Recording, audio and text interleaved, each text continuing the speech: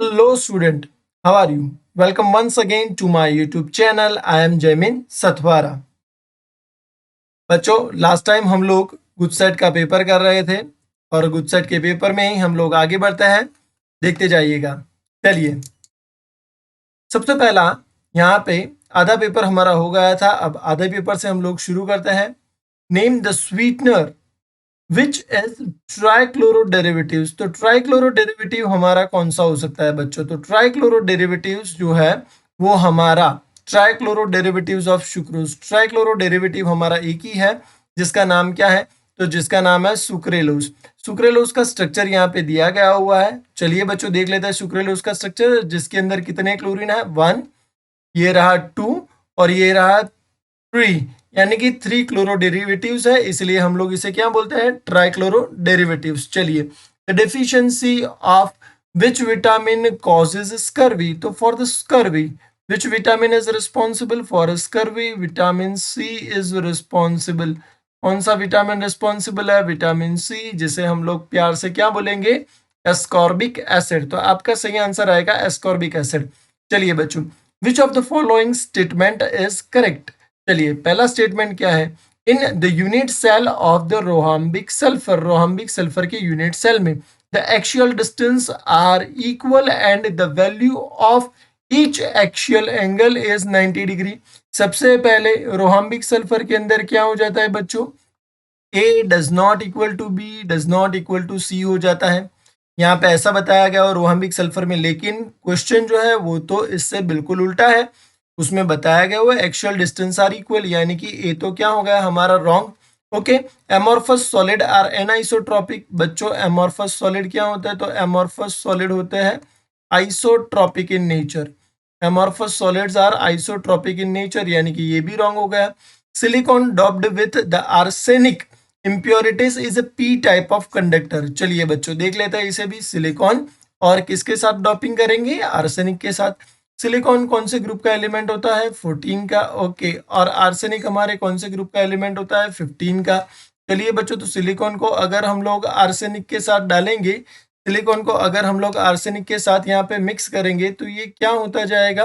तो सिलिकॉन को जैसे ही हम लोग यहाँ पे, ओके देखते जाइएगा बच्चों, सिलिकॉन को जैसे ही हम लोग यहाँ पे आर्सेनिक के साथ मिक्स करेंगे तो क्या होगा देखो। चलो आर्सेनिक के साथ हम लोग यहाँ पे जैसे ही मिक्स करेंगे तो क्या होता जाएगा? इसके अंदर ऑक्टेट तो कंप्लीट हो जाएगा, लेकिन एक एक्सेस इलेक्ट्रॉन रहेगा। बराबर है ना बच्चों? ओके, क्यों? क्योंकि इसके पास 4 वैलेंस इलेक्ट्रॉन है, इसके पास 5 वैलेंस इलेक्ट्रॉन, तो एक एक्सेस इलेक्ट्रॉन रहेगा, इसलिए ये कौन से टाइप का बनाएगा? एन टाइप का सेमीकंडक्टर बनाएगा, यानी कि ये भी गलत है। In manganese oxide all domains are aligned in the same direction.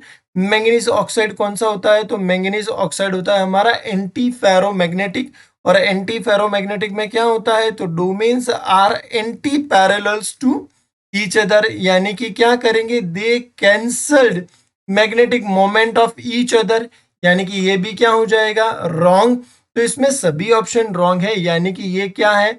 ये क्वेश्चन का प्रिंटिंग मिस्टेक है ना। गुजराती मीडियम में क्या बताया गया हुआ है? गुजराती मीडियम के अंदर ये जो है उसके अंदर फर्स्ट ऑप्शन जो दिया गया हुआ है वहां पे इक्वल की जगह पे अनइक्वल बताया गया हुआ है, लेकिन यहाँ पे कोई भी ऑप्शन आप लिखोगे तो ये जो ऑप्शन है उसमें से कोई भी एक में प्रिंटिंग एरर है। चलिए बच्चों आगे बढ़ते हैं। नेक्स्ट हमारा क्या है? नेक्स्ट है what are the fractions, what are the fractions of Fe+2 and Fe+3 in Fe 0.93O। चलिए बच्चों इसे देख लेते हैं। Fe 0.93O, इसके अंदर Fe जो होता है उसके दो पार्ट है। कौन से दो पार्ट है? एक तो Fe के अंदर Fe+2 यानी कि फेरस फॉर्म में भी होगा, और दूसरा ये कौन से फॉर्म में होगा? दूसरा ये फेरिक फॉर्म में भी होगा। चलिए बच्चों, सपोज के Fe+2 का प्रपोर्शन हमें नहीं मालूम है तो उसे x ले लेते हैं। Fe+3 का भी प्रपोर्शन नहीं मालूम है, लेकिन टोटल प्रपोर्शन है 0.93, तो हम लोग लिखेंगे 0.93 माइनस x। चलिए इतना तो मालूम चल जाएगा। अब हम लोग चार्ज के बारे में बात करेंगे। चार्ज हमें मालूम है, Fe+2 का चार्ज कितना है? तो यहाँ पे +2 चार्ज है। Fe+3 का चार्ज कितना है? +3 चार्ज है। और ऑक्सीजन जो है उस ऑक्सीजन का चार्ज क्या है? ऑक्सीजन का चार्ज है -2। तो हम लोग यहाँ पे इक्वेशन रख देते हैं। चलिए बच्चों, तो इक्वेशन कैसे रखेंगे? तो इक्वेशन एफ का जो है +2 चार्ज, तो हम लोग लिख डालेंगे 2 इंटू एक्स। चलिए प्लस यहाँ पे क्या लिख डालेंगे 3 into 0.93 minus x minus 2 into 1 is equals to क्या है, होल चार्ज है हमारा 0। तो क्या हो जाएगा, तो ये हो जाएगा 2x प्लस 0.93 इंटू 3। चलो बच्चों 0.93 इंटू 3 कितना हो जाएगा, तो 0.93 इंटू 3 हो जाएगा 2.79 माइनस 3x हो जाएगा माइनस 2 हो जाएगा इज इक्वल टू क्या हो जाएगा 0। तो 2x माइनस 2 यानी कि क्या हो जाएगा x।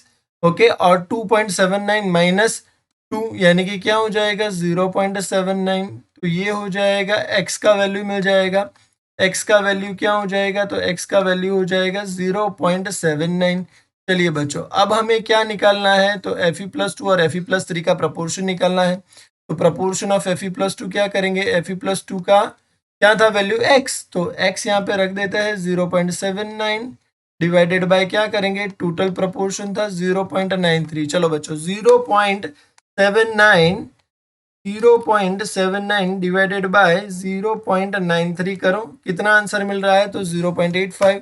Fe+2 का प्रपोर्शन आया है 0.85 और Fe+3 का बच्चों आप लोग कैलकुलेशन करोगे तो कितना आएगा 0.15। तो ये रहा हमारा correct answer, option B is correct answer. चलिए बच्चों, maximum amount of the solid, चलो सॉलिड के बारे में बताया गया हुआ है, that can be dissolve in a specified amount of given liquid solvent does not depend on, किसके ऊपर डिपेंड नहीं करता है, चलिए टेम्परेचर के ऊपर, नेचर ऑफ सॉल्यूट के ऊपर, प्रेशर के ऊपर, या फिर नेचर ऑफ सॉल्वेंट के ऊपर।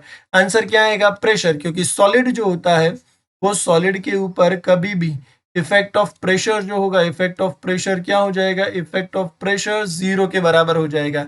यानी कि हमारा आंसर क्या आएगा, प्रेशर। तो प्रेशर यानी कि थर्ड वाला, तो यानी कि option D is the correct answer. चलिए बच्चों, the molality of the acquired solution of any solute having a mole fraction. चलिए सबसे पहले डेटा रखना सीखते हैं कि मोल फ्रैक्शन तो दिया गया हुआ है, mole fraction is equal to what, तो 0.25 दिया गया हुआ है। अब मोल फ्रैक्शन और मोलालिटी के रिलेटेड इक्वेशन क्या होगा, तो mole fraction is equal to what, molality into molality plus 55.55।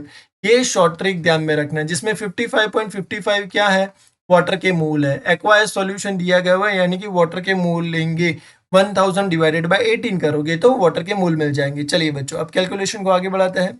ये रहा 0.25, यहाँ पे ये है m डिवाइडेड बाय क्या करेंगे, डिवाइडेड बाय m प्लस 55.55, ये हो जाएगा। चलो अब आगे करता है, तो क्या मिल जाएगा 0.25 multiply by m plus 55.55 is equals to क्या हो जाएगा, इज इक्वल्स टू m। चलिए तो 0.25 इंटू m ये हो जाएगा प्लस 0.25 इंटू 55.55। बच्चों फटाफट करेंगे हम लोग, चलो रेडी हो, रेडी। ओके, क्या मिल जाएगा आंसर, आंसर मिल जाएगा 13.89 इज इक्वल्स टू m। तो मोलालिटी इज इक्वल्स टू क्या आ जाएगा, तो मोलालिटी इज इक्वल्स टू, बच्चों अब ये मोलालिटी जो है हम लोग यहाँ पे क्या करते हैं, ये मोलालिटी इज इक्वल्स टू हमें मिल गया है 13.89 प्लस 0.25 m। 0.25 m को ऑपोजिट साइड में ले जाते हैं, 1 माइनस 0.25 यानी कि कितना मिल जाएगा 0.75 m इज इक्वल टू क्या हो जाएगा, इज इक्वल टू 13.89 हो जाएगा। तो m इज इक्वल टू क्या हो जाएगा, m इज इक्वल टू हो जाएगा 13.89 डिवाइडेड बाय क्या हो जाएगा, डिवाइडेड बाय 0.75 करो। चलो बच्चों ready, 13.89 divided by 0.75 is equals to, चलो बच्चों 13.89 divided by 0.75 is equals to क्या आएगा, इज इक्वल्स टू 18.52। तो 18.52 देखो तो बच्चों आंसर आ रहा है, रेडी है, यस। तो option C is correct answer. चलिए बच्चों, ओके अब यहाँ पे पढ़ते हैं द ऑस्मोटिक प्रेशर, यानी कि पाई दिया गया हुआ है। सबसे पहले मेरे प्यारे प्यारे बच्चों है ना, डेटा लिखना सीखिएगा। तो ये रहा डेटा, तो ऑस्मोटिक प्रेशर। चलिए, तो जल्दी कर दिया हमने। ओके, चलो बच्चों देखो, सबसे पहले हम लोग डेटा लिखना सीखेंगे। ऑस्मोटिक प्रेशर दिए, ऑस्मोटिक प्रेशर के बारे में बात हुई है, ध्यान रखते जाना है यहाँ पे।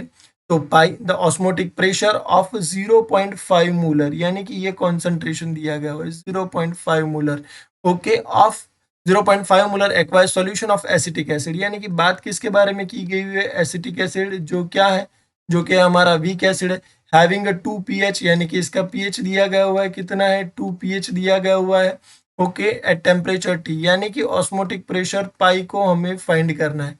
चलिए बच्चों, सबसे पहले ये जान लेते हैं कि ये क्या होता है। तो ये होता है हमारा वीक एसिड। ये क्या होता है, तो ये होता है हमारा वीक एसिड। वीक एसिड जो होगा उसका वीक किसे बोलेंगे, वीक यानी कि ऐसा नहीं कि जिसको कोरोना हो गया हो, है ना, वीक यानी कि जिसका कंप्लीट डिसोसिएशन ना हुआ हो, उसे हम लोग वीक बोलेंगे। तो जिसका कंप्लीट डिसोसिएशन नहीं हुआ होगा, समझ में आ रहा है बच्चों, है ना। और तो ये जो एसिटिक एसिड है, वीक इलेक्ट्रोलाइट, जिसका दो पार्ट में क्या होगा, तो दो पार्ट के अंदर डिसोसिएशन होता जाएगा, दो आयंस मिलेंगे, यानी कि आयंस n=2 मिलते जाएंगे। अब उसके लिए हम लोग क्या लिखेंगे, सबसे पहले पीएच दिया गया हुआ है। पीएच का वैल्यू कितना है, पीएच का वैल्यू 2 है। आप लोग बच्चों सभी जानते हो पीएच का वैल्यू 2 है, तो पीएच यानी कि क्या लिख डालेंगे, negative logarithm of H plus is equal to क्या हो जाएगा, 2। तो यानी कि H plus concentration of H plus यानी कि क्या लिख डालेंगे, तो हम लोग लिख डालेंगे 10⁻⁻²। क्यों, क्योंकि यहाँ पे लॉग का बेस क्या होता है, 10। यहाँ से लॉग को निकालना है तो सामने दोनों साइड पे क्या लेना पड़ेगा, एंटी लॉग। तो H plus is equal to क्या मिल जाएगा, तो H plus is equal to मिल जाएगा 10⁻² मोलर कॉन्सेंट्रेशन। चलो, ये कॉन्सेंट्रेशन मिल गया। अब हम लोग किसके बारे में बात करेंगे, अब हम लोग बात करेंगे डिग्री ऑफ डिसोसिएशन के बारे में बात करेंगे, क्योंकि यहाँ पे डिसोसिएशन हो रहा है, तो डिग्री ऑफ डिसोसिएशन के बारे में बात करेंगे। चलिए बच्चों, तो डिग्री ऑफ डिसोसिएशन के बारे में बात करेंगे, तो अल्फा इज इक्वल टू क्या हो जाएगा, तो alpha is equal to H plus ion का कॉन्सेंट्रेशन डिवाइडेड बाय C, क्योंकि ये क्या है, वीक इलेक्ट्रोलाइट है, इसीलिए। तो अल्फा इज इक्वल टू क्या हो जाएगा, H प्लस का तो कॉन्सेंट्रेशन यहाँ पे हम लोग लेके आए 10⁻²। इनिशियल कॉन्सेंट्रेशन आपको दिया गया हुआ है, कॉन्सेंट्रेशन C कितना है, 0.5 मोलर। तो डिवाइडेड बाय 0.5 करेंगे तो आंसर कितना मिल जाएगा, देख लो बच्चों। चलो फटाफट से 1 डिवाइडेड बाय, यानी कि आंसर तो हमें मालूम है, फिर से एक बार चेक कर लेते हैं। तो 2 इंटू 10⁻², ये होता जाएगा। अब अल्फा का वैल्यू आ गया है, अल्फा का वैल्यू कितना है, 10⁻², ये अल्फा का वैल्यू आ चुका। चलिए बच्चों, अब डिसोसिएशन के लिए हम लोग क्या लगाएंगे, समझ लो। डिसोसिएशन होता है, अब हमें क्या निकालना है, हमें निकालना है पाई। तो पाई इज इक्वल टू क्या लगाएंगे, वन टॉप फैक्टर। क्यों, क्योंकि डिसोसिएशन हो रहा है, तो पाई इज इक्वल टू क्या लगा देंगे, WRT/MV, या तो फिर हम लोग बोल सकते हैं CRT। तो आई पहले फाइंड करना पड़ेगा, तो आई कैसे फाइंड करेंगे, तो I is equal to what, तो I is equal to, okay, आई हमें फाइंड करना है। चलो बच्चों, तो आई हम लोग कैसे फाइंड कर सकते हैं, चलो बच्चों, तो आई हम लोग कैसे फाइंड कर सकते हैं, आई को फाइंड करना बताता है आपको। चलिए रेडी हो जाइए।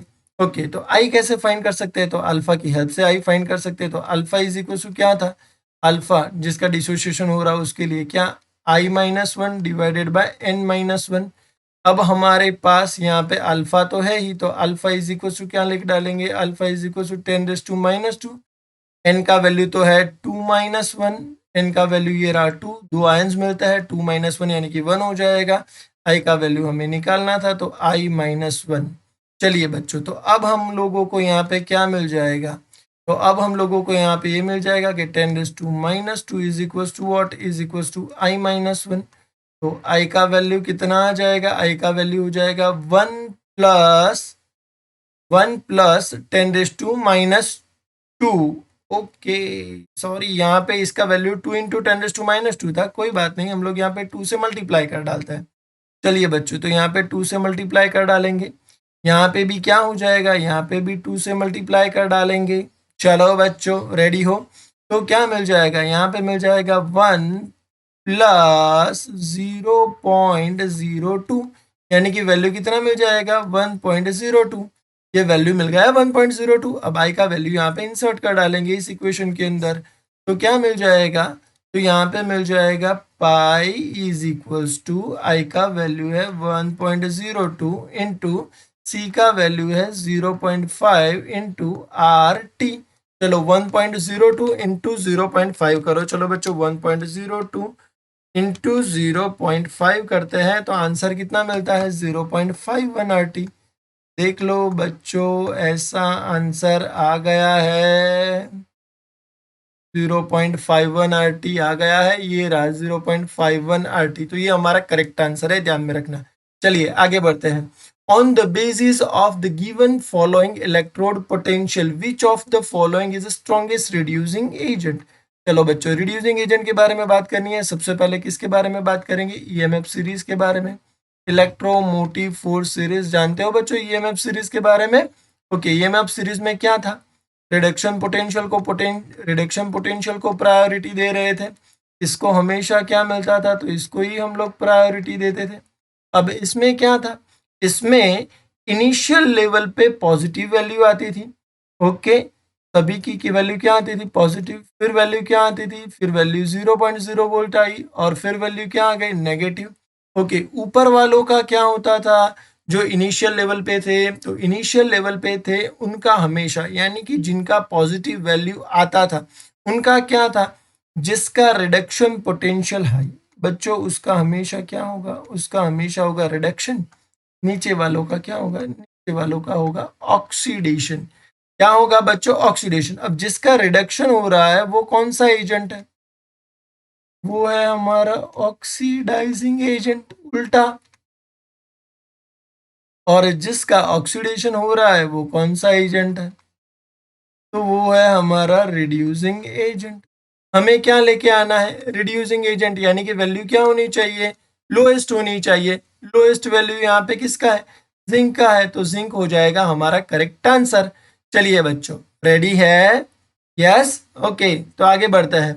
Okay, for which of the following electrolyte the graph of pi m, यानी कि molar conductivity versus under root of C gives a negative slope. Okay बच्चों, अब हमें एक इक्वेशन तो मालूम था, कौन सा equation, pi m is equal to what, pi m is equal to pi m naught minus A C raise to 1/2, ये इक्वेशन मालूम है।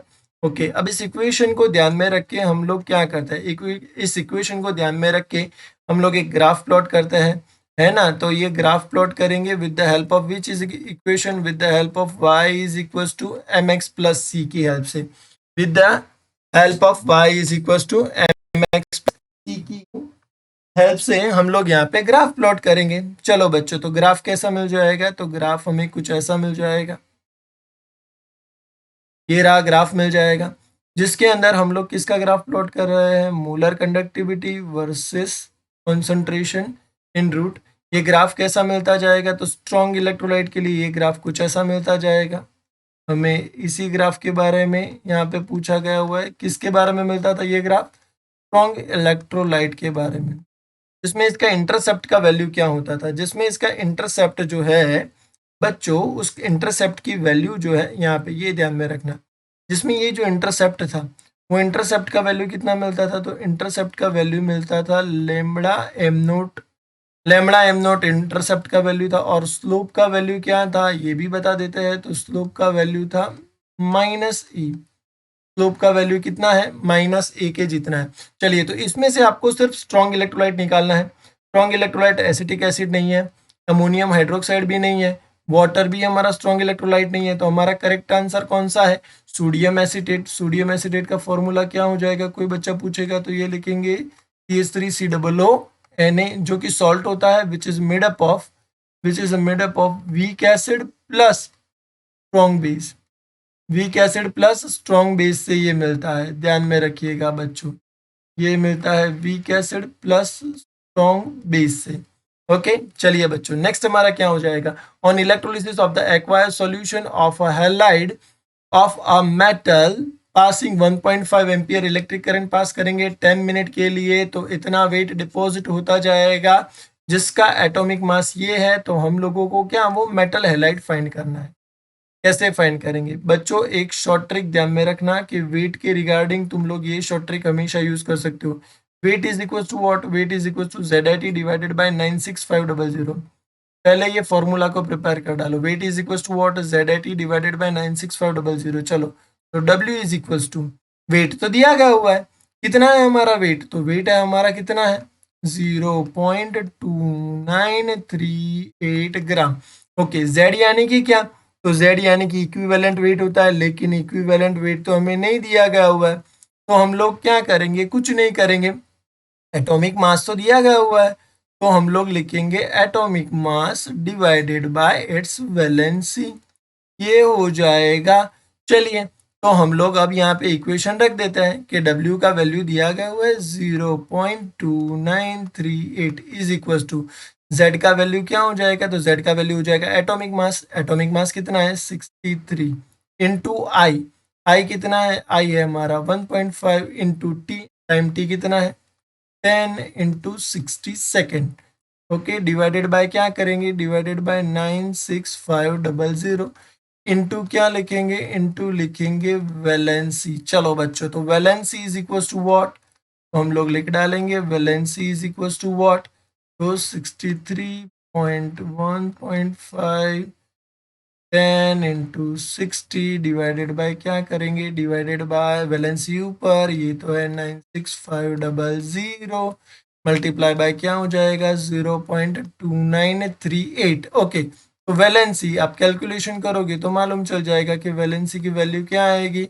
1.99 यानी कि 2 आ जाएगी। अब इसमें से 2 वैलेंसी किसकी है बच्चों? निकालो, वैलेंसी किसकी है? MCl2 की, तो ये MCl2 बराबर है ना इज करेक्ट आंसर। चलिए बच्चों, नेक्स्ट करते हैं। In the presence of catalyst, catalyst ध्यान में रखना, which increase the rate of reaction. Okay, इसीलिए बोल रहे हैं द हिट इवॉल्व और एब्सॉर्ब ड्यूरिंग द रिएक्शन। बच्चों, कैटलिस्ट क्या करता है? सिर्फ रेट ऑफ रिएक्शन को क्या करता है? फास्ट करता है, लेकिन हिट जो होता है वो क्या होता है? Remains unchange during the reaction. Okay, which of the following graph has intercept के बारे में बात करेंगे। चलिए, ओके, तो सबसे पहले ये जो है हम लोग क्या करेंगे? फर्स्ट ऑर्डर रिएक्शन का इक्वेशन आना चाहिए। फर्स्ट ऑर्डर रिएक्शन का इक्वेशन क्या है? K is equal to 2.303 by T log of R0/R। ये हमारे पास इक्वेशन है। अब इस इक्वेशन के रिलेटेड हम लोग क्या करेंगे? ग्राफ प्लॉट करना चाहते हैं, तो हम लोग लिख डालेंगे log of R0/R is equals to क्या हो जाएगा? इज इक्वल्स टू हो जाएगा KT/2.303। और इसके रिलेटेड अगर हम लोग ग्राफ प्लॉट करेंगे तो ग्राफ कुछ ऐसा मिल जाएगा। देखते जाइएगा प्यारे प्यारे बच्चों, ग्राफ कैसा मिलता जाएगा। तो ग्राफ हमें, ओके, ग्राफ कैसा मिलेगा? तो ग्राफ हमें कुछ ऐसा मिलेगा, log of R0 divided by R versus T का ग्राफ प्लॉट करेंगे। अब यहाँ पे कोई इंटरसेप्ट है ही नहीं। देखो, अगर नहीं मालूम चल रहा है तो y is equal to mx plus c के साथ कंपेयर करो तो मालूम चल जाएगा। y एक्सिस पे आप लोगों ने क्या ले लिया हुआ है? log of R0/R। X axis पे क्या ले लिया है? एक्स एक्सिस पे अपने टाइम ले लिया है। m क्या होता है? m होता है आपका स्लोप, तो ये स्लोप का वैल्यू मिल गया है। ओके, और c का वैल्यू तो क्या है? c का वैल्यू तो यहाँ पे इक्वेशन में कुछ है ही नहीं, तो 0। तो यानी कि ये ग्राफ कहाँ से होगा? 0 पॉइंट से शुरू होता जाएगा।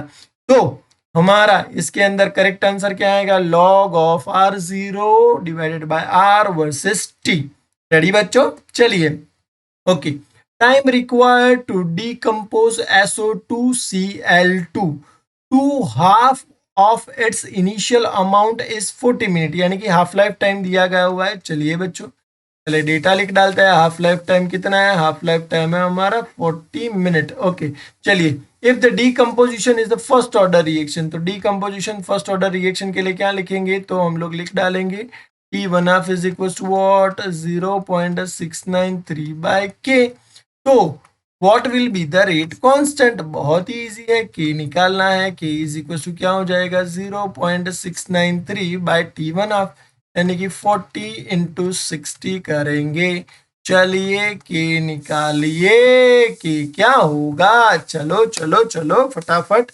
0.693 divided by 40 divided by 60 is equal to 0.693 divided by 40 divided by 60। Answer आ जाएगा 2.8 इंटू 10⁻⁻⁴ सेकेंड इनवर्स। ऐसा कोई आंसर है?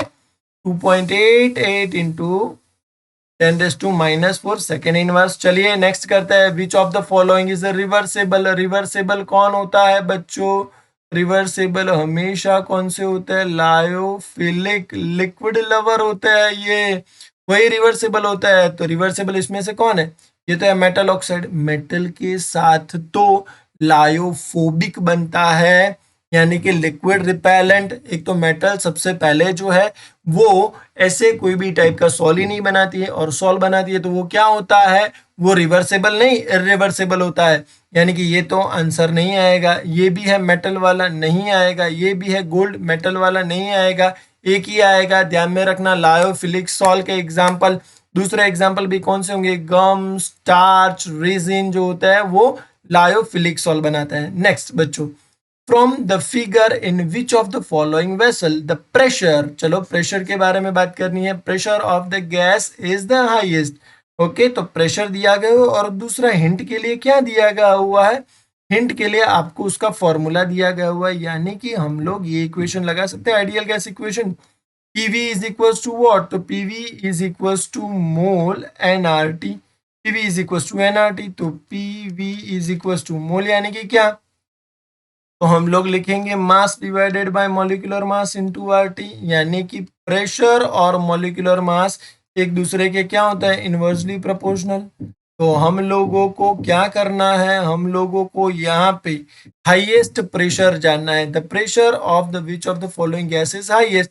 तो हाईएस्ट प्रेशर यानी कि मॉलिक्यूलर मास मेरा क्या होना चाहिए? आप ही बता दो। लोएस्ट मॉलिक्यूलर मास निकालते हैं। He का मॉलिक्यूलर मास हो जाएगा 4, यहाँ पे हो जाएगा 32 प्लस 32 यानी कि 64। हाइड्रोजन का हो जाएगा 2 यहाँ पे, और यहाँ पे कार्बन का 12 प्लस 4 16, यानी कि आंसर क्या आ जाएगा? Hydrogen. R is correct answer. Ready है बच्चों? चलिए नेक्स्ट करते हैं। Okay, in soluble complex is form, which soluble complex is form in the leaching process of gold।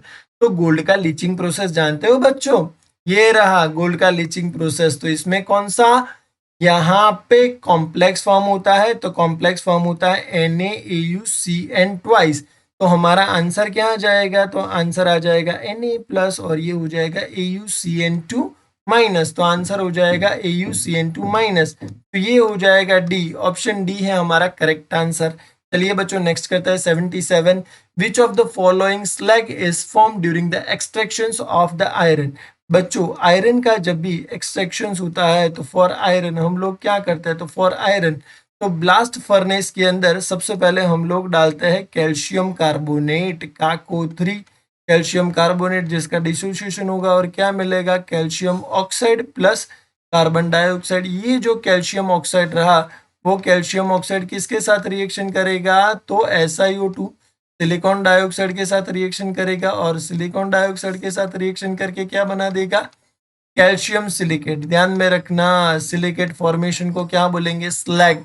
तो यहाँ पे कौन सा स्लैग फॉर्म होगा? CaSiO3। कौन सा स्लैग फॉर्म होगा? CaSiO3। चलिए नेक्स्ट क्या है? विच of the following is the correct order. Correct order क्या है ये जानना है। सबसे पहले दिया गया हुआ आयोनिक कैरेक्टर। आयोनिक कैरेक्टर में MF को लोएस्ट बताया है। भाई आयोनिक कैरेक्टर तो किसके ऊपर डिपेंड करता है? तो आयोनिक कैरेक्टर हमारा डिपेंड करता है इलेक्ट्रॉन नेगेटिविटी के ऊपर, और इलेक्ट्रॉन नेगेटिविटी सबसे हाईएस्ट किसकी होगी? तो फ्लोराइड की। तो यानी कि ये क्या हो जाएगा? रॉन्ग हो जाएगा। Stability order HI HBr HCl HF, HF की स्टेबिलिटी सबसे मैक्सिमम होगी, तो ये राइट है। एसिडिक स्ट्रेंथ, चलिए बच्चों इसके साथ ये भी बता देते हैं। एसिडिक स्ट्रेंथ, एसिडिक स्ट्रेंथ किसके ऊपर डिपेंड करेगा? ऑक्सीडेशन नंबर के ऊपर। जितना oxidation number high, acidic strength भी क्या होता जाएगा? एसिडिक स्ट्रेंथ भी हाई होता जाएगा। इसका ऑक्सीडेशन नंबर निकालेंगे +7, इसका ऑक्सीडेशन नंबर निकालेंगे तो कितना हो जाएगा +5, इसका ऑक्सीडेशन नंबर निकालेंगे तो +3 और इसका ऑक्सीडेशन नंबर निकालेंगे तो +1 होता जाएगा इसका ऑक्सीडेशन नंबर। चलिए यानी कि ये भी क्या हो जाएगा रॉन्ग, और इलेक्ट्रॉन गेन एंथैल्पी ये भी क्या हो जाएगा रॉन्ग, क्योंकि यहाँ पे पहले क्या आना चाहिए था, पहले आना चाहिए था फ्लोराइड और फिर बाद में आना चाहिए था क्या, बाद में आना चाहिए था क्लोराइड। ये है एक्सेप्शनल केस। तो हमारा ऑप्शन कौन सा राइट है, option B is right. Okay चलिए, in which of the following oxo acid of sulphur, यहाँ पे पैरोक्साइड बॉन्ड फॉर्म होता है ऐसा बताना चाहते हैं, तो किस में फॉर्म होता है, तो ध्यान में रखना बच्चों किस में फॉर्म होता है H2S2O8। इसका एक प्यारा प्यारा और अच्छा सा नाम क्या है, तो इसका एक प्यारा और अच्छा सा नाम है मार्शल एसिड। क्या है बच्चों, मार्शल एसिड, जिसके अंदर ये कुछ उसका स्ट्रक्चरल फॉर्मूला हो जाता है, देखते जाना। ये कुछ उसका स्ट्रक्चर कुछ इस तरीके से फॉर्म होता है। तो ये बच्चों आपको दिखाई दे रहा है, यस और नो, यस। तो जिसके अंदर यहाँ पे पैरोक्साइड ये फॉर्म हुआ कि नहीं हुआ, है ना, तो ये हमारा क्या होता जाएगा H2S2O8। ओके, और दूसरा कौन सा होता है, दूसरा होता है यहाँ पे H2SO5, जिसमें भी पैरोक्साइड मिलता है, जिसे हम लोग क्या बोलेंगे, जिसे हम लोग बोलेंगे कैरोज एसिड। क्या बोलेंगे, कैरोज एसिड, ध्यान में रखिएगा बच्चों। चलिए लास्ट हमारा देखते हैं, concentrated HNO3 oxidize white phosphorus into which substance. तो ये जो होता है हमारा, यानी कि फॉस्फोरस जो होता है व्हाइट फॉस्फोरस, उसका अगर HNO3 के साथ रिएक्शन होगा तो क्या मिलता जाएगा, तो HNO3 के साथ रिएक्शन होके हमें मिलता जाएगा H3PO4 फॉस्फोरिक एसिड मिलेगा। तो ये फॉस्फोरिक एसिड मिलेगा, ध्यान में रखिएगा बच्चों, रेडी है। चलिए तो ये मालूम चल जाएगा, यस, तो आंसर क्या आ जाएगा, फॉस्फोरिक एसिड H3PO4। ओके बच्चों, ये गुडसेट 2020 का पेपर हमने विद सॉल्यूशन करवाया है। होप आप सबको मजा आया होगा। Then please like share and subscribe our channel, क्योंकि दूसरे स्टूडेंट को भी इसका बेनिफिट मिल सके। Okay bye, thank you for watching.